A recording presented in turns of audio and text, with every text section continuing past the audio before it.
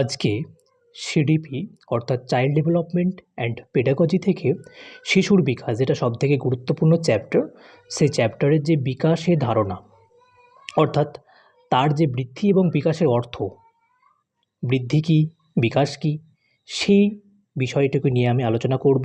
অর্থাৎ শিশুর বিকাশ ধারণা নীতিসমূহটা আমরা পুরোপুরি একে একে ধাপে ধাপে ক্লাস আনব, তারপরে কমপ্লিট করে দেব।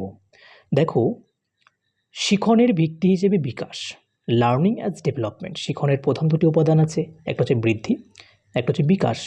শিখনের ভিত্তি হিসেবে বিকাশ সম্পর্কে আলোচনা করতে হলে প্রথমে জানা প্রয়োজন হচ্ছে বৃদ্ধি ও বিকাশের যে অর্থ। আমরা কি জানি? আমরা জানি দেহের উচ্চতা ওজন যখন বেড়ে যায় সেটা হয়ে যায় গ্রোথ, বৃদ্ধি। কিন্তু তার মানে তো এই নয় যে বিকাশ সেটাই হবে না। বিকাশটা কি? এখানে দেখো লেখা আছে যে আকার আয়তনের সঙ্গে আমাদের কি হচ্ছে?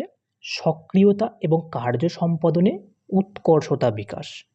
অর্থাৎ আমাদের সব দিককে যদি আমার ঠিক থাকে সেটাই হবে বিকাশ। শুধুমাত্র আকার আয়তনের বৃদ্ধির জন্য কিন্তু বৃদ্ধি হচ্ছে, কিন্তু আকার আয়তনে তো থাকবেই, এর সঙ্গে যখন সক্রিয়তা, অ্যাক্টিভনেস এবং কার্য সম্পাদনে যে উৎকর্ষতা দেখা দেবে তখন তার বিকাশ হয়েছে বলা যাবে।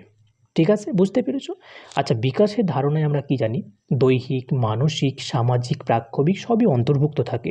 তাহলে বিকাশ এবং বৃদ্ধির মধ্যে একটা স্বচ্ছ ধারণা আমরা জানতে পারলাম যে বিকাশ হচ্ছে শুধুমাত্র বৃদ্ধি হচ্ছে শুধুমাত্র আকার ও আয়তনে বেড়ে যাওয়াকে বলা হচ্ছে, তাই না? কিন্তু বিকাশ তো তা নয়। বিকাশ আমাদের সব দিককেই প্রাধান্য দিতে হবে। তার যে আকার আয়তন বৃদ্ধির সঙ্গে সক্রিয়তা এবং কার্য সম্পাদনে উৎকর্ষতা, এটা থাকতে হবে। তার যে দৈহিক, মানসিক, সামাজিক, এই যে প্রাক্ষবিক, এগুলো সবই কিন্তু বিকাশের মধ্যে অন্তর্ভুক্ত। বিকাশ কিন্তু আমৃত্যু ঘটে না, বিকাশ আমৃত্যুই ঘটে। আমি একজন শিক্ষক, আমি আজকে যা আমার জ্ঞান আছে, আমার আগামী দিনে একটু বেশি জ্ঞান আমি গ্যাদার করতে পারবো, নিতে পারবো, সেটা হচ্ছে বিকাশ। কিন্তু সেটা মানে এই নয় যে বৃদ্ধি হলো। বৃদ্ধি হচ্ছে কি একটা নির্দিষ্ট বয়সে হয়, ছোট থেকে বড় হওয়া। সিম্পল কথা, যত সহজভাবে বুঝবে তত লাভ। এগুলো বেশি বেশি কিছু ভেবে লাভ নেই, সহজ করে বুঝবে। বৃদ্ধি হচ্ছে আকার আয়তনে ছোট থেকে বড় হয়ে যাওয়া, এটাকে বৃদ্ধি বলছে। অর্থাৎ কেবল দৈহিক এবং শরীরের দৈহিক বা শরীরের যে মধ্যে সীমাবদ্ধ থাকবে সেটা হচ্ছে বৃদ্ধি। কিন্তু বিকাশ তা নয়। বিকাশ দৈহিক, মানসিক, সামাজিক, প্রাক্ষবিক সবই অন্তর্ভুক্ত থাকবে।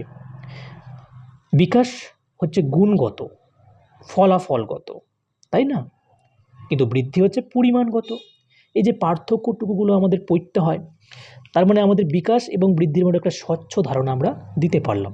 এরপরে আমরা ক্লাসে কন্টিনিউ ভিডিও আমরা আনবো এবং সিডিপি থেকে কোনো সমস্যা হবে না, আমরা সব কিছু নিয়ে আলোচনা করব। এর যে নীতি, এর যে বিকাশের বৈশিষ্ট্য নীতি, এই সব জিনিসগুলো আছে। তারপরে আমরা মেইন যেটা ইম্পর্টেন্ট সেটা হচ্ছে বিকাশের স্তরগুলো কী, তাই না? সেইগুলো নিয়ে আলোচনা করব। সব কিছু এখান থেকে কী প্রশ্ন আসতে পারে সেগুলো নিয়ে আলোচনা হবে, তাই না? সব কিছু এমসিকিউগুলো শেষে যখন আমরা ক্লাসটা কমপ্লিট করে ফেলবো, যেহেতু এটা একটা ভাস্ট চ্যাপ্টার, তার জন্য একটু সময় লাগবে। এখান থেকে কিন্তু প্রশ্ন অনেক রকমের হয়, প্রায় 5 থেকে 6টা এখান থেকে প্রশ্ন আসে।